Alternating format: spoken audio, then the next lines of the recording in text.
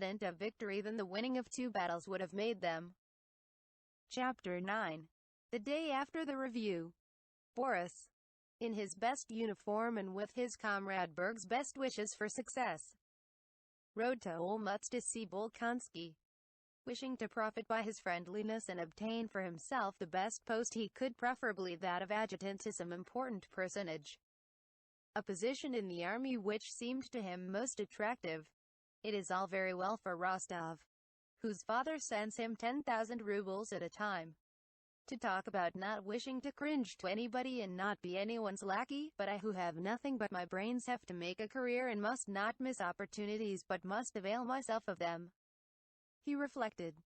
He did not find Prince Andrew in Olmutz that day, but the appearance of the town where the headquarters and the diplomatic corps were stationed and the 2 emperors were living with their suites, households, and courts only strengthened his desire to belong to that higher world.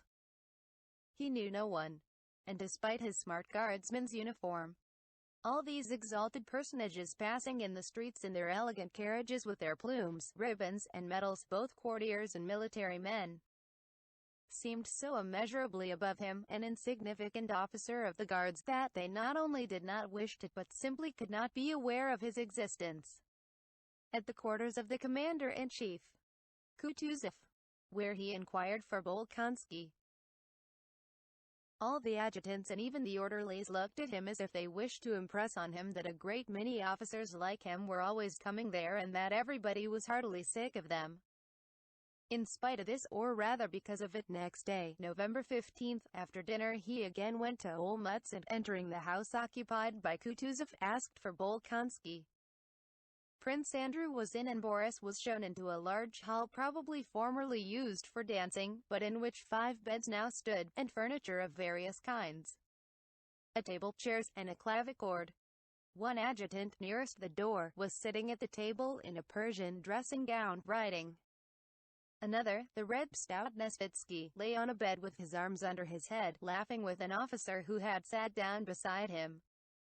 A third was playing a Viennese waltz on the clavichord, while a fourth, lying on the clavichord, sang the tune.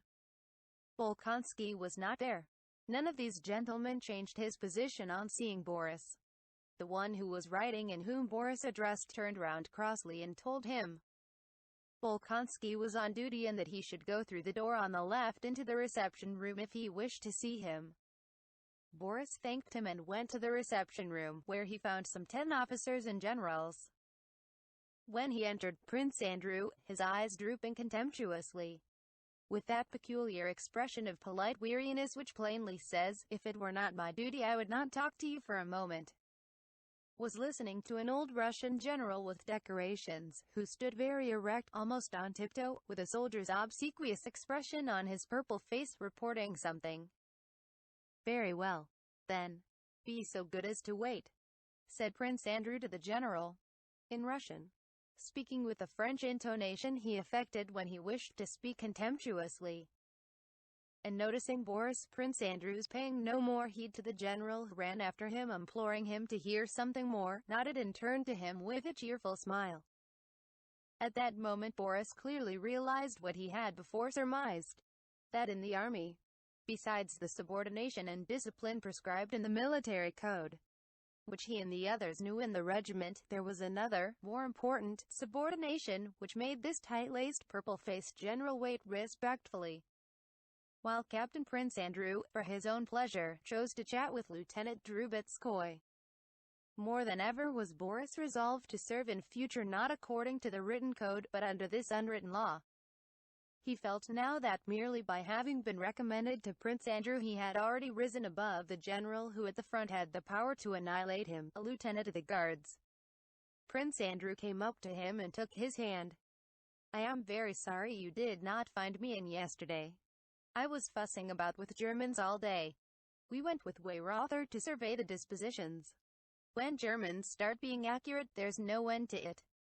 Boris smiled, as if he understood what Prince Andrew was alluding to as something generally known.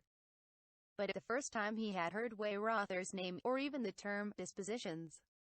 Single quote. "Well, my dear fellow, so you still want to be an adjutant? I have been thinking about you." Single quote. Yes, I was thinking, for some reason Boris could not help blushing, of asking the commander-in-chief. He has had a letter from Prince Kurijin about me.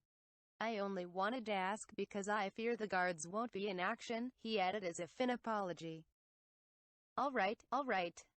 We'll talk it over, replied Prince Andrew. Only let me report this gentleman's business, and I shall be at your disposal. Single quote.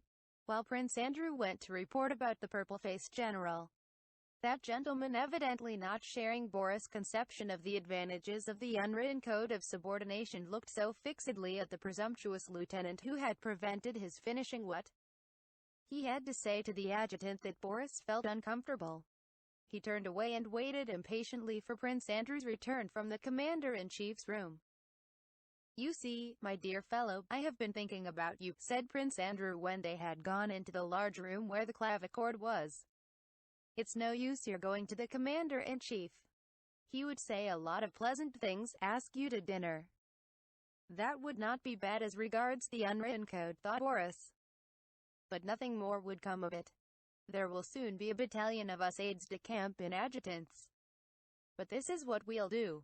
I have a good friend, an adjutant general and an excellent fellow, Prince Dolgorukov. And though you may not know it, the fact is that now Kutuzov with his staff and all of us count for nothing. Everything is now centered round the emperor. So we will go to Dolgorukov.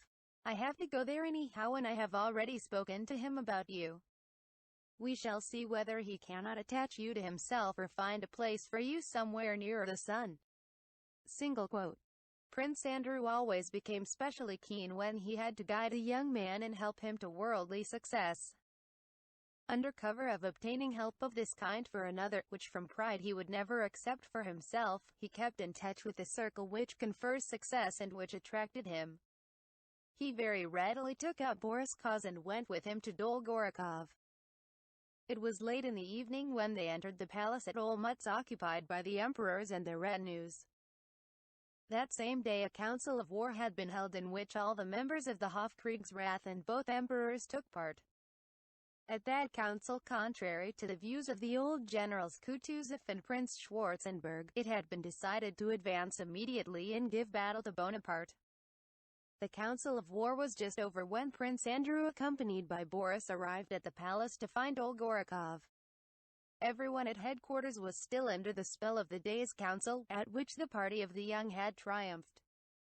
The voices of those who counseled delay and advised waiting for something else before advancing had been so completely silenced and their arguments confuted by such conclusive evidence of the advantages of attacking that what had been discussed at the council, the coming battle, and the victory that would certainly result from it, no longer seemed to be in the future but in the past. All the advantages were on our side.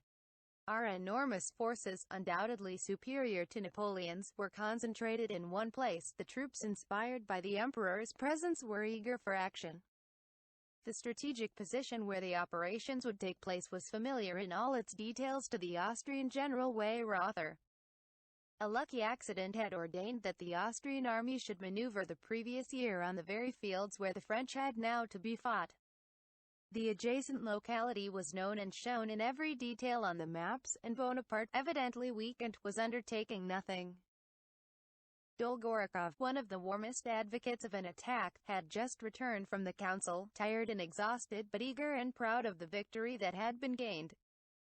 Prince Andrew introduced his protégé, but Prince Dolgorukov, politely and firmly pressing his hand, said nothing to Boris and, evidently unable to suppress the thoughts which were uppermost in his mind at that moment, addressed Prince Andrew in French. Ah, my dear fellow, what a battle we have gained! God grant that the one that will result from it will be as victorious. However, dear fellow, he said abruptly and eagerly, I must confess to having been unjust to the Austrians and especially to Weyrother. What exactitude, what minuteness, what knowledge of the locality, what foresight for every eventuality, every possibility, even the smallest detail. No, my dear fellow, no conditions better than our present ones could have been devised. This combination of Austrian precision with Russian valor, what more could be wished for? Single quote. So the attack is definitely resolved on. asked Bolkonski. And do you know, my dear fellow, it seems to me that Bonaparte has decidedly lost bearings. You know that a letter was received from him today for the emperor. Dolgorukov smiled significantly. Is that so? And what did he say? Inquired Bolkonski. What can he say? Trad and so on, merely to gain time. I tell you, he is in our hands, that's certain.